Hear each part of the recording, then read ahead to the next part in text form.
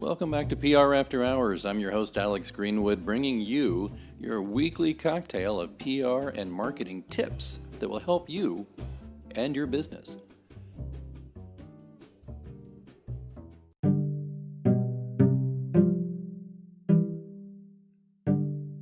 Stick around, we'll get started right after these messages.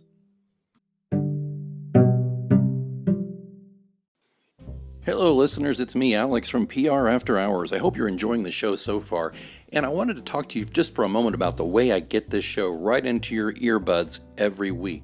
It's because I use Anchor FM. Now, I've told you previously that I've been podcasting since 2006, back when we used stone knives and bear skins and a couple of Dixie cups and string. Anchor FM has really streamlined this and made it simpler for people who don't know the first thing about setting up a podcast or don't have, time to learn all the pro tools and stuff, because it's all right here. First thing it's important to know is it's free. There are certain tools that will allow you to record and edit your podcast right from your phone or computer. Anchor will then distribute your podcast for you so it can be heard on Spotify, Apple Podcasts, and many more. That's huge. Distribution is a big pain in the butt, to be honest with you, so it's really great Anchor FM can do that for you, and you're not paying hosting fees. That adds up every month. It's everything you need to make a podcast all in one place, so download the free Anchor app or go to Anchor FM to get started, and be sure to join me in the virtual cocktail lounge on PR After Hours. Okay, I know the last thing anybody really wants to talk about is the pandemic, right? But we have to talk about it, and I want to talk about it with someone who is helping people navigate between jobs or getting into their first job in a pandemic situation. Tami Cannizzaro is joining us. She's a certified professional career coach, veteran marketing and PR pro, speaker, and author with more than 30 years experience working for and with major brands such as Neiman Marcus, Zale, Nokia, 7-Eleven, Blockbuster, and Michaels. She's held positions in a variety of areas such as buying, marketing, advertising, strategic development, and public relations.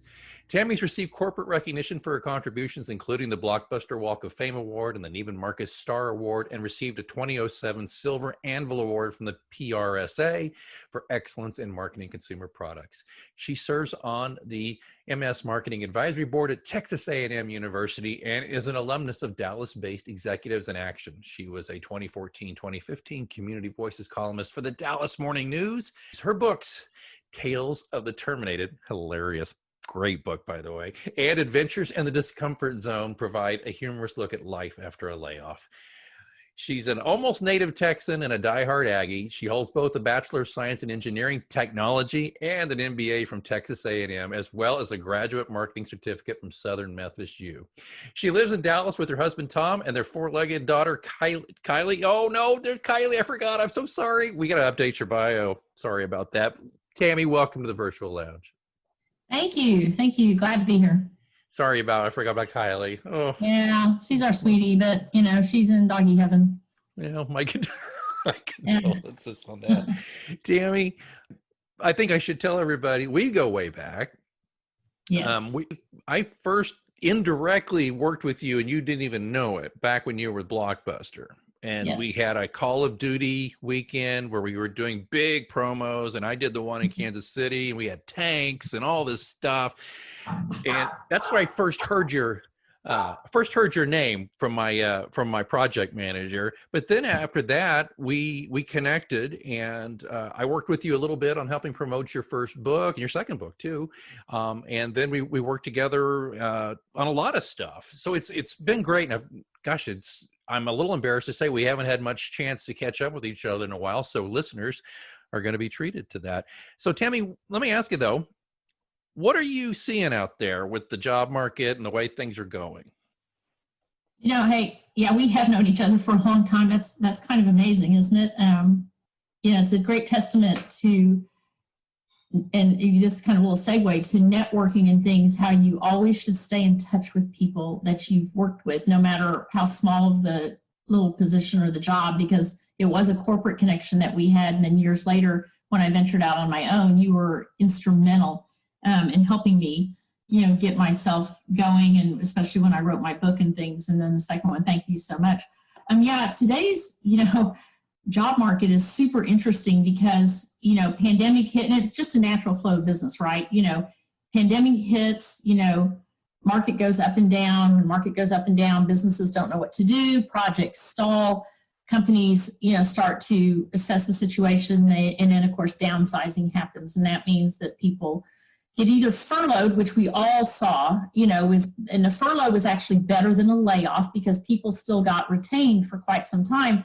But then if business doesn't pick back up, they get laid off. So we have all that situation going on with people in the layoff process, but then there's also students in school graduating, and companies are trying to assess, short-term and long-term goals, because on the one hand, they, none of us have really been in this situation. No one's been in this situation before. It's like a 100-year thing that's happened. And on the one hand, you got, like, what am I going to do? Because I can't, in a lot of cases, I can't completely shut down my business. And I'm not talking about a restaurant or something like that. I'm talking about big corporations. I'm thinking like Coke and like real estate developers and, architects and, big retailers and everything else. So how am I going to adapt and pivot and try and keep as many people on board as possible? And then this other thing, I want to hire some new folks and everything else. So a lot of the time when you see this happen, think about back in the Great Recession of 2010, was it, I think, right? 29, 2010, whatever that was. Your first swipe is getting rid of what we would call dead weight. People that maybe are going to retire, you offer that up. So I'm seeing a lot of that. Hey, we're going to give you a package to leave. If that's not enough to sustain their business or things keep going, now we're taking the big swipe. So I'm having clients call me that either took a package but they're not ready to retire, or they got laid off and now they need help. And then students who are going, oh my gosh, what do I do?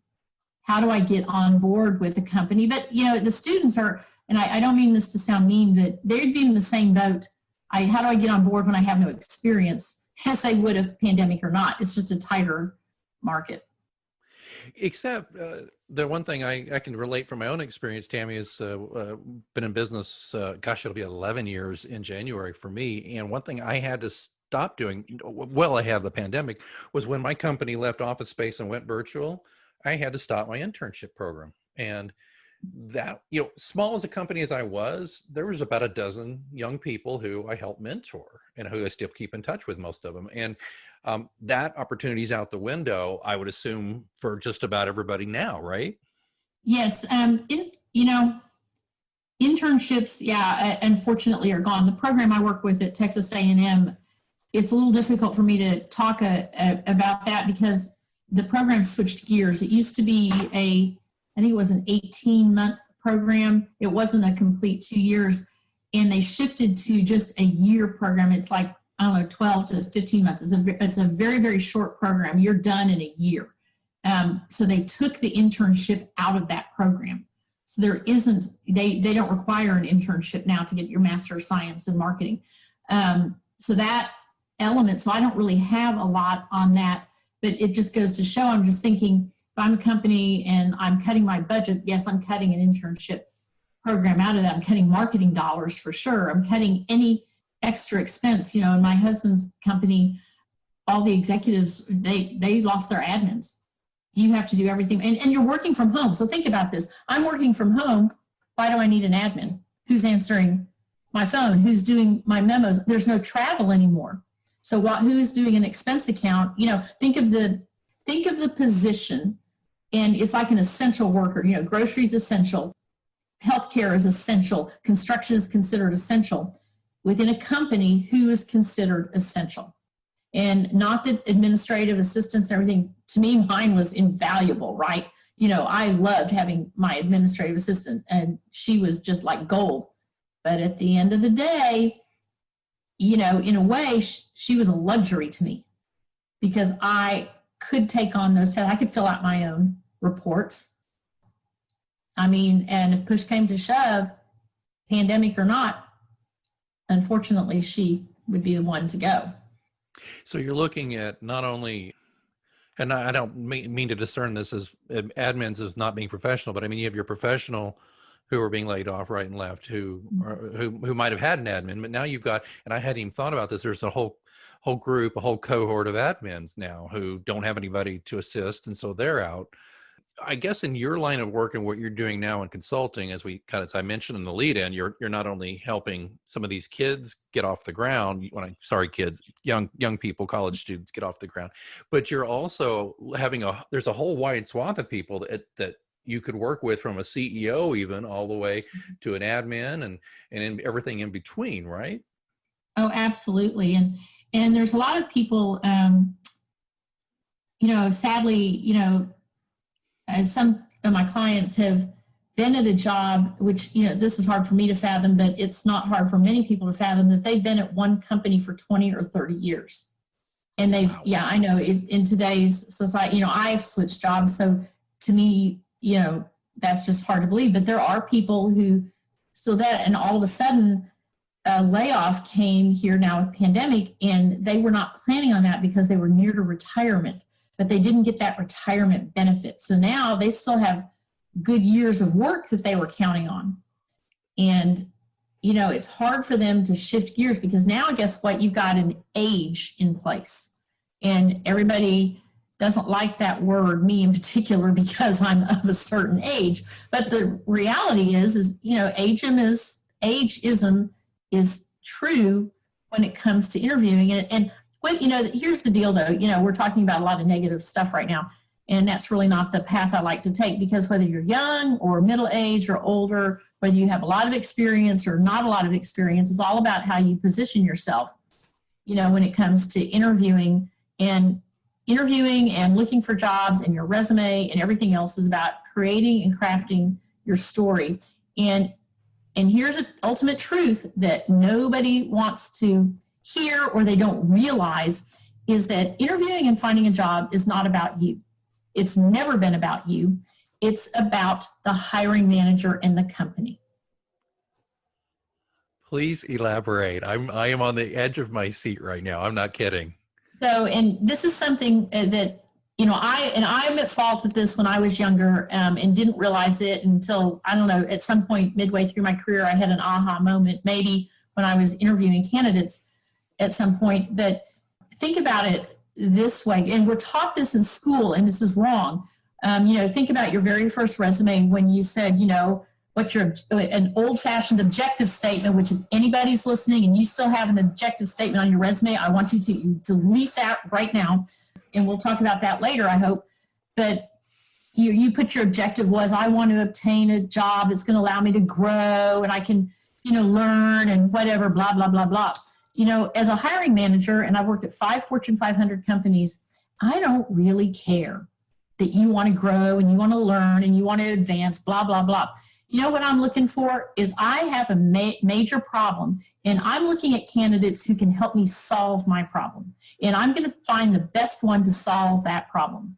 So what you're doing is you want to position yourself as that you are the best at solving that hiring manager's problem out of everybody else. And you have to assume that everybody else who's interviewing with you has just as good of an education as you do, is just as smart, maybe smarter than you are, and everything else. You can't rest on that experience that you have, on those laurels that you have, on anything else. You have to go, what's the problem that's trying to be solved here, and how do I, in my experience, what do I have in my arsenal, make me the best candidate to come in and solve that hiring manager's problem, so that he or she is going to relax and feel like I'm going to help them get ahead. Because it's really about making the company money, making them look good, making your hiring manager look good.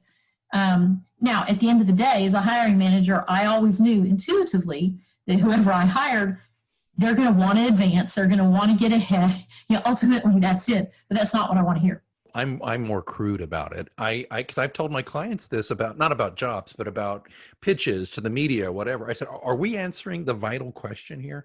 Well, what is the vital question? What's in it for me? Not for you, my client, but what's in it for the consumer to buy your product or service? What's in it for the news producer if we pitch the story? What do they get? Do they get a good segment? Do they get something nobody else has, an exclusive? So I love it that you've applied that there. And I got to be honest, I hadn't really been thinking about it in those terms, because the resume just screams me, me, me, but actually it's about, here's me and how I can solve problems for you, right?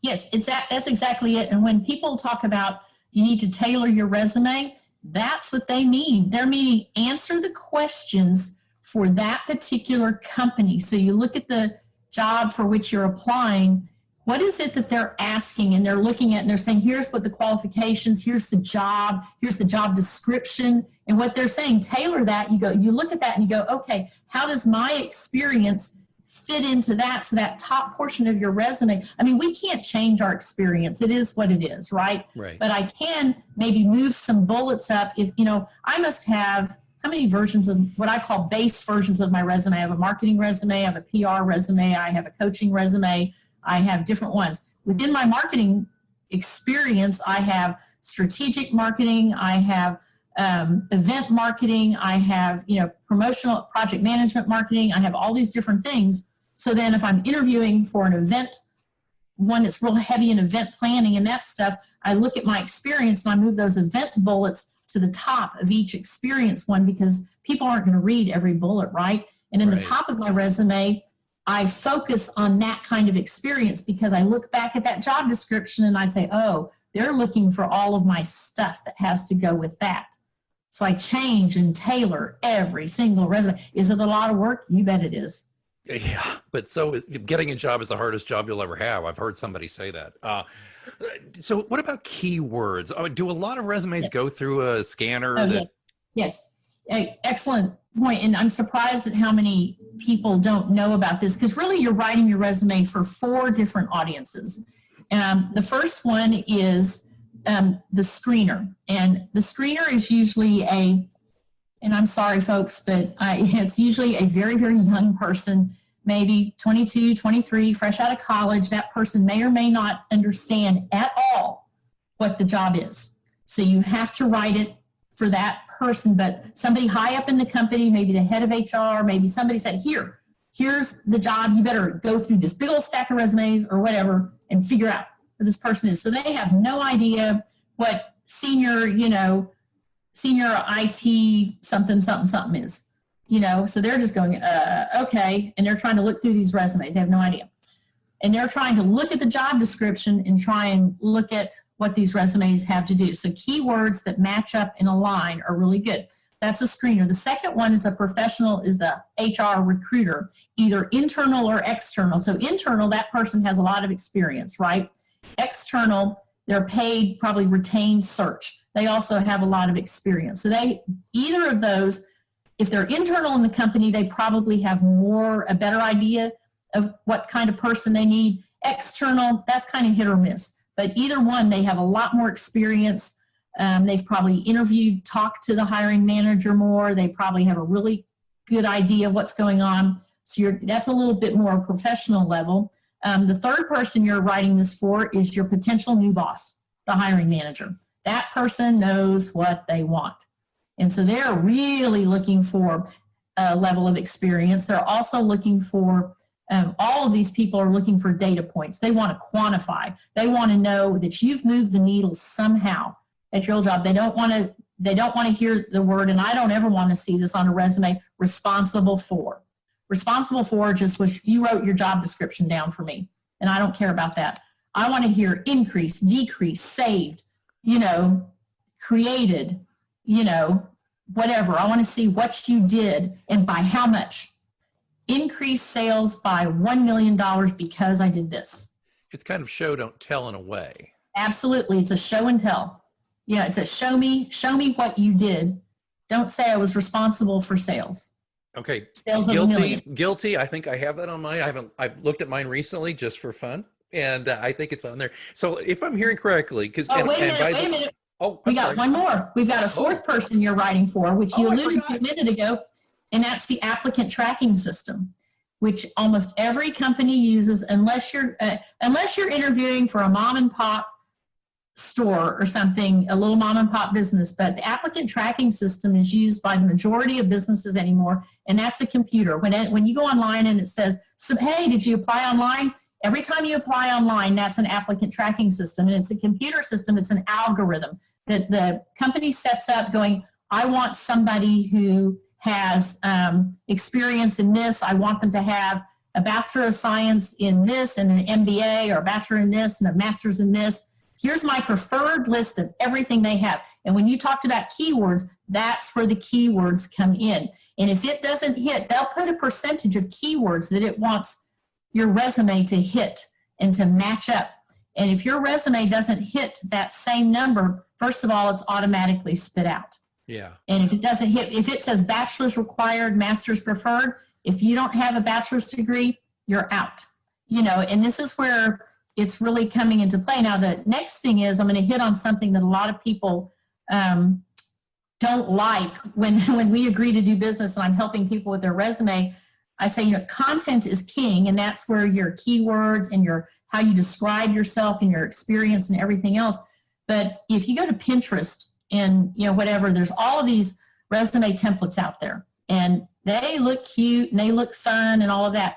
But guess what? Those applicant tracking systems are kind of stupid, and they can't read those templates. It can't read a container. It can't read graphics. It reads very basic, and it reads from left to right like a book, like we do. It can't read fun fonts either. And so if you start putting a lot of that stuff in there, it scans it and it garbles it, and it comes out like garbage. So guess what? You're that first person that either that HR person or the screener, and it comes out looking like garbage. It goes into the trash. So you haven't made it to the desk. So those are your 4 people. Keep it simple, sir. Yeah, I was going to say stupid, but that's what I tell myself. Keep it simple, stupid, yeah. So Tami, you have already touched on some things you need to, some do's and don'ts, which is great. And by the way, folks, this is what you should consider if you're looking for hiring Tami, because you do this. Can we pretend for a minute, for about 5 minutes here before we have to start wrapping here? Pretend like I'm coming to you, because I may be, who knows? I'm serious, but I want to say, so what happens? Do I get a hold of you and do I say, here's my resume? And then that's where is that your first order of business? Is like, wow, don't need the objective. Don't need you're responsible for. There's no keywords here. What have you do you do a deep dive on that and just kind of pull it apart and put it back together? How does that look? Yeah, usually when a client contacts me, I talk to them, we have like an introductory call, and I talk to them about what it is they're looking for, what's their goal, what do they have? I want to look at their resume. I'll instantly look them up on LinkedIn, because the resume and LinkedIn have to go hand in hand. If you don't, and we can't say, someone will say, I'm not going to do LinkedIn, I'm not going to be able to help you. You have to have both. That's just all there is to it.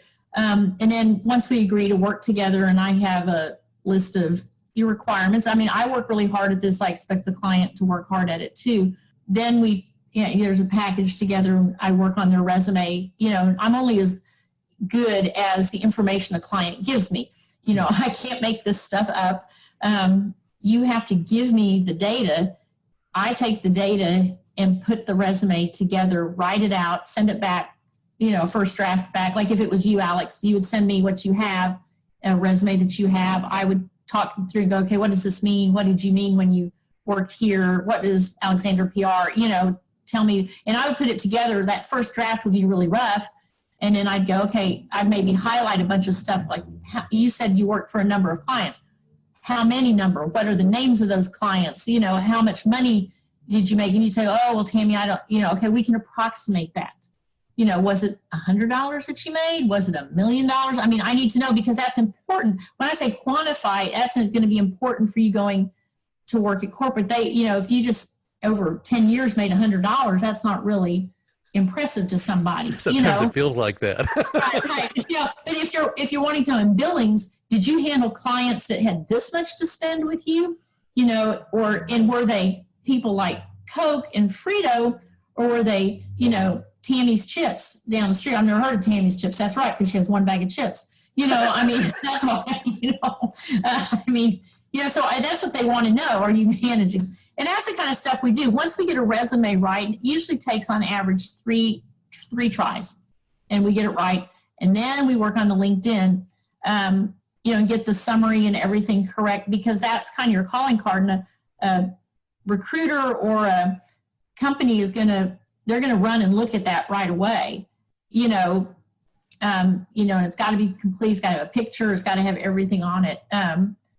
You're more likely to a recruiter, just even forget your resume, anything else, a recruiter is more likely to contact you if you have a photo. There's all these statistics that show all this stuff. So that's the kind of stuff we do. I will coach people on like interviewing, or I had a client recently that she was juggling multiple job offers, and like she would call me back and we were way done with all this other stuff. She'd go, okay, what do I do now? You know, I mean, they're calling me on this one, but I'm here at this temporary job. And I'm like, okay, let's talk this through a second, you know, and she needed to know how to, so that's kind of the stuff I do. Yeah. And I love this, the emphasis on LinkedIn. The days are over where you can say, I don't do LinkedIn. I'm glad you said that. I'm not as in depth or as skilled as you with LinkedIn, but I have done some, you know, top level training, and it's amazing how many people just like, why do I need that?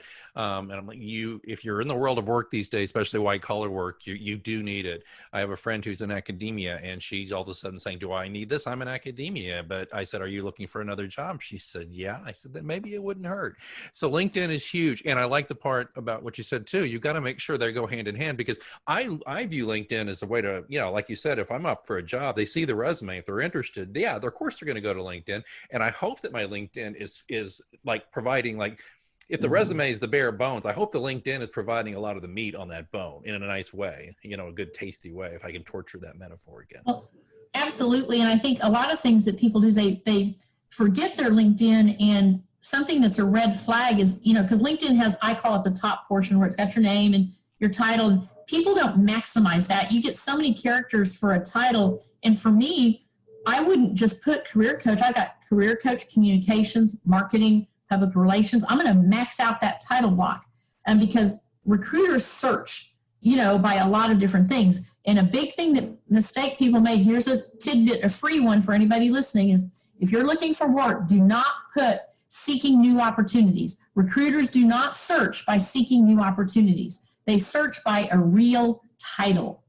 like they. Oh, you mean actually putting seeking opportunities as your title? Yes, people do that all the time. Oh, yeah, you're really limiting yourself doing that. Yeah, but think about it. If you're looking for somebody to hire for you, is that what you're going to put in there? You're going to put IT manager or manager of operations or marketing, strategist, or, you're not going to type seeking new opportunities.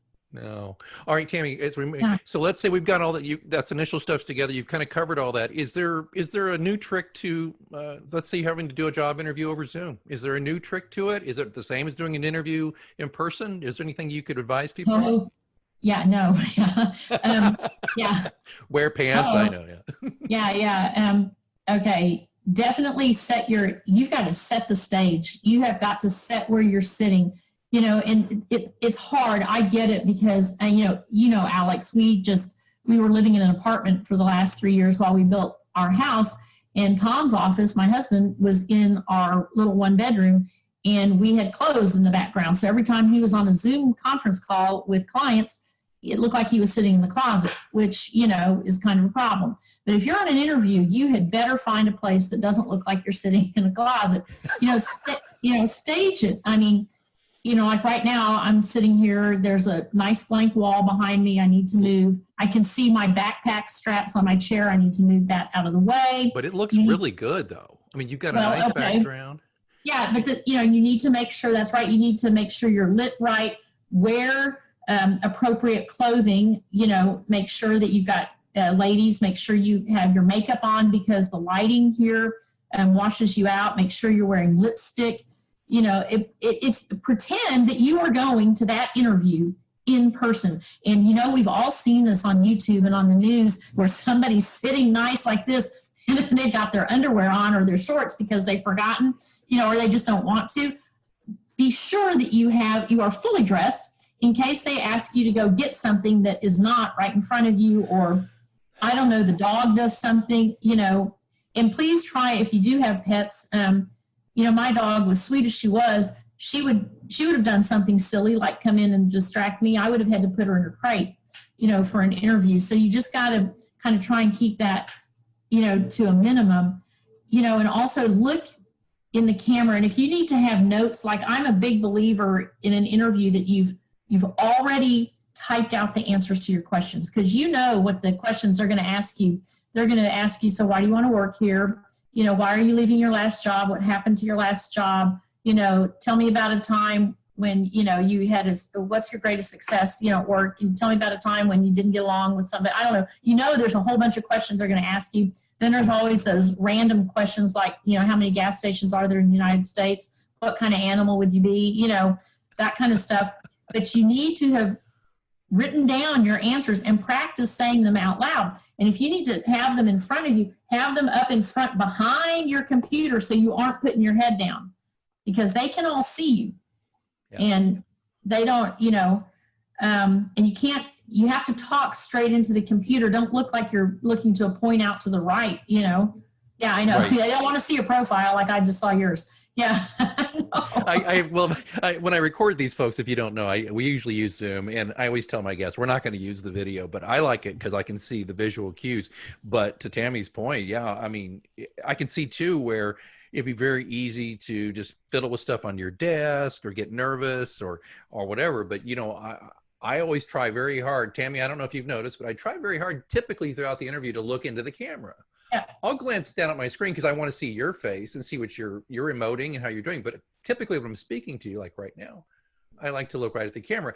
I think that makes people feel more connected with you in a strange way, but maybe it's not. But that's what I try to do. Now it's hard, and especially if you're doing a Zoom interview with multiple people. Oh, yeah. It's very hard because you've got all of these faces around the screen. I did one yesterday, and we were interviewing a young man to see if he was going to go into the Master of Science program at A&M. And I felt bad for him because there's 3 interviewers and one of him, and it was hard for me. I'm like going, listen here, pal, you're doing really well at this. It's a pandemic. You are sitting in what appears to be an apartment, I think. Maybe it's a dorm room. I don't know. But, you've done a good job staging your place, but it's hard. It's really hard to do this. But you really do need to treat it as though you walked in. And I always like to, even coming to this with you, and I know that this is an audio, I've got makeup on, I have a nice outfit on, I have my jewelry on, I have real shoes on, not gym shoes, Wow. Because it makes me feel better and it makes me feel like a professional, and that's just how you do. It's not something that I just think you sit up straighter, you carry yourself differently. Yeah, it's absolutely true. All right, Tammy, I got 2 more questions for you before we have to wrap up here. First question is there one, because I'm with you, let's be positive here. Is there one positive thing that you think you can share with everybody out there who is either nervous about losing their job or they've lost it and they're trying to dig out and find something new? Is there one piece of advice you have for them? The one positive piece of advice is, I know it seems dark. I've been there. Back in the Great Recession in 2010, I was with Blockbuster, so you all know what happened with Blockbuster. Oh, yeah. And my husband and I both lost our jobs within 6 months of each other. So it's not like I'm speaking from a position where I haven't been there before. So I can commiserate with anybody who has. Know that it's going to get better, but you have to have a plan. Give yourself 24 hours to pity party. You cannot sit and pity party, and you cannot get with people who are going to drag you down. Yeah. And pity party the whole time. How Tom and I got through it was, we did the 24-hour pity party. We realized that it was a job. It's devastating to lose your job. It's devastating to think about how you're going to get money. At the same time, you start with a plan, and both of us ended up taking part-time jobs that, for most people would think they're beneath them. They're not. You can take that with unemployment, make enough money to kind of sustain you while you're networking and seek something out. And you have to keep going, put one foot in front of the other. That's your little side thing, because you have to have that over here on the side to keep going and keep networking every day, every week. Reach out to somebody in your network that maybe you haven't reached out to before, or you've lost, I shouldn't say not before, but you've lost touch with.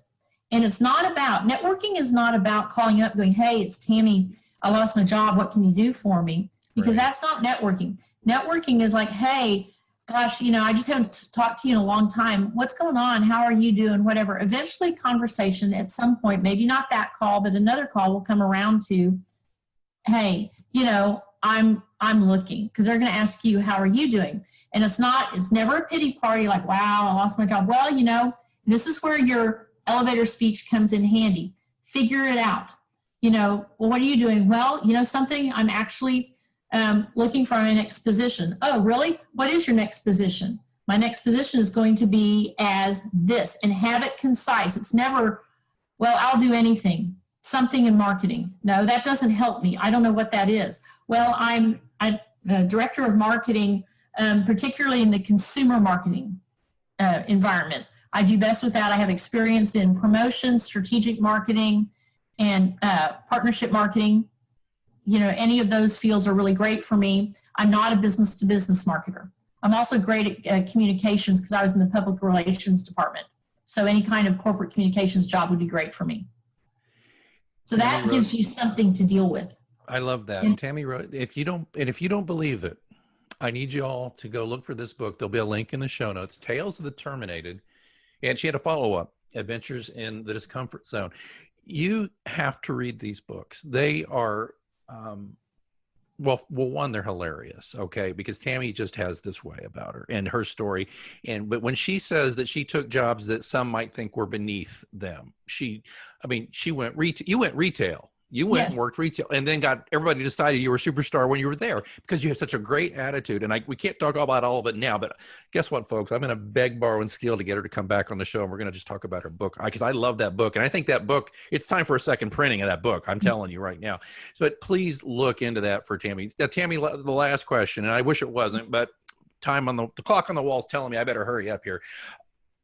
How do people get a hold of you if they want to hire you to get some advice and get things going? Real easy. Go to my website. It's Tami, Tami, at TamiCannizzaro.com. So let me spell all that for you.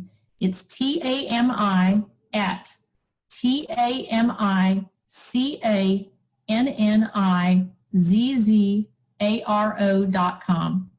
I would encourage everybody to go there, read up on me first, and make sure that it's something that you really want to do. And there's a phone number on there, send me a message and let's just talk. There are jobs out there right now. I will say that for anybody who is feeling down, I'm seeing it happen. Again, a couple of clients recently, in this pandemic that were laid off, found jobs. And these are not young, fresh out of school people either. So this is very encouraging. I was going to say that's very encouraging for those of us in my cohort, especially, who are starting to feel that ageism crunch a little bit. All the links will be in the show notes. Tami Cannizzaro, my dear old friend, and I say dear old friend in the sense that we're long-time friends, because you're one of the youngest people I know in so many ways. I adore you, and I really appreciate you coming here and giving us some great knowledge and some hope here in the virtual lounge. Well, thank you. I'd love to come back. Oh, you're coming back. Oh, okay. Oh, you know what that means? Looks like it's last call here at your virtual lounge for PR news, views, and interviews. Don't forget, you can ask me a question anytime. You can do it through our Twitter account, which is @HoursPR, or even better, you can send me a message vocally. I would love to hear your voice, and I'll answer it on the show. There's a link in the show notes. All you have to do is sign up through Anchor FM. It's free, doesn't take long, and you record your message. I get the message. I will play your audio. Just give me your first name and the city you live in, and then I will answer the question to the best of my ability right here on the show. Don't forget to, if you're enjoying this podcast, you can support it and help increase the frequency and value of the show. Just consider being a sponsor for your brand or your agency, or just yourself because you're like, I like this show. Or just drop a few coins in the virtual tip jar. Either way, there's links in the show notes. Please check that out. All of that, of course, being in the show notes where you're listening right now, or at prafterhours.com. I see that they're turning up the lights. Last call is over, and I've got to clean up this virtual lounge. And until next time, I'm Alex Greenwood, and you've been listening to PR After Hours on Anchor FM.